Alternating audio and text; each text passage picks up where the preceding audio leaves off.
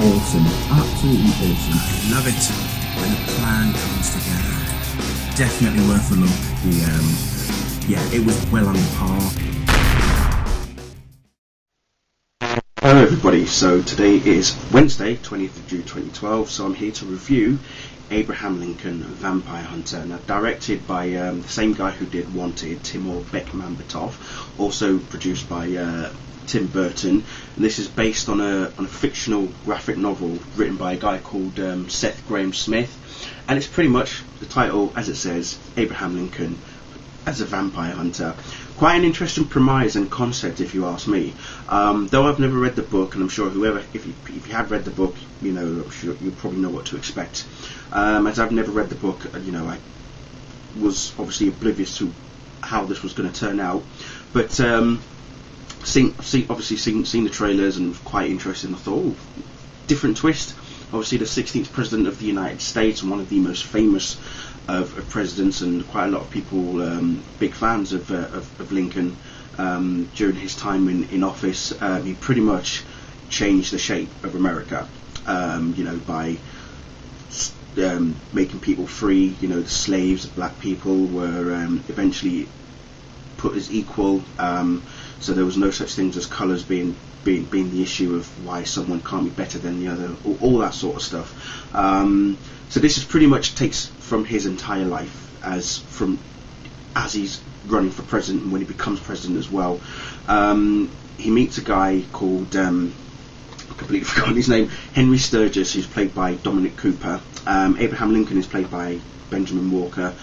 Interesting guy. I've never really heard of him before, so he looks like he's relatively new to the acting scene by the looks of things. So Dominic Cooper from Captain America, who played Howard Stark. He's Henry Sturgis. There's an interesting secret and agenda about Henry, which I won't reveal to anyone who's not seen it or if you haven't read the book as well. We've also got a very close friend of Abraham Lincoln's, a guy called Will Johnson, who's black, played by Anthony Mackie, who was in The Hurt Locker. Mary Elizabeth Winstead, who plays Mary Todd Lincoln, Abraham's wife, obviously. Rufus Sewell, who also plays the leader of the vampires, Adam. And it's basically him versus Lincoln sort of thing. So the story is pretty much, as a young boy, Abraham Lincoln witnessed his mother being bitten by a vampire. This same vampire is actually the guy that he's been working, his dad was working for when he was younger.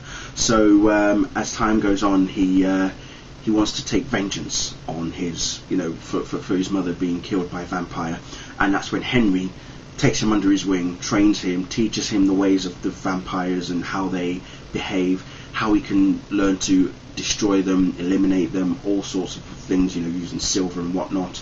So all the legendary myths about vampires is present. It's just how Lincoln goes about it, how he goes about his ways to eradicate the vampires once and for all. And then when he eventually becomes president again, he enforces the whole freedom for all men and everything. But behind the scenes, the vampires are still wanting to take over the country, wanting to take over the United States and pretty much take over all the humans and kill the humans or turn them into vampires as well, so that it becomes a nation of vampires kind of thing. But as I say, without delving too much into too much spoilery, without giving it a lot of things away, what I will say is the effects in terms of the movie itself isn't too bad. It could have been better in some places. Action sequences, like the fight scenes, were pretty good. I do feel that in some ways it kind of felt a bit unfinished. There were elements where I thought that could have been a bit better. Maybe it didn't finish it properly. But overall, on the whole, the film I thought was pretty good. Although I saw it in 3D, I would definitely say 3D doesn't give it that.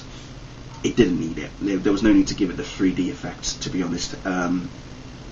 It is quite gory, but not too gory. I wouldn't say, Piranha 3D gory, but no, as I say, it is very good.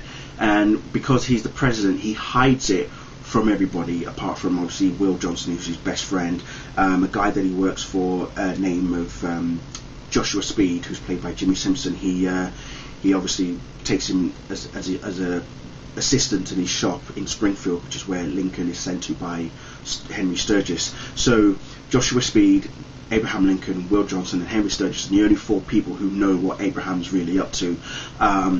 Lincoln keeps a journal, and find out what happens to the journal as well is very interesting.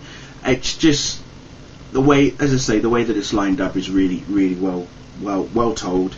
So if you've read the book and you kind of know what to expect, let me know what you thought of it. If you have seen the film, again, let me know what you thought of it. But overall, I think everybody played their part pretty well. Benjamin Walker's quite convincing as Lincoln, and Mary Elizabeth Winstead as his wife, Mary Todd Lincoln, as we'll call her. Obviously, that's what she's called, but she was very good as well. But the twists and turns, the tragedies that are involved, there are a lot of revelations as well that are shown up in the film. Very, very good. I feel that some parts of them could have been a bit better again, but I wouldn't say it was rushed, but I do, as I say, effects-wise, it could have been better. But anyway, that's all I'm going to say on that. Check it out if you want to, and let me know what you think of it if you have seen it, and if you are of someone who's read the book, as I say, let me know what you thought of it as well. Right, that's it from me, and I shall see you all later. Bye.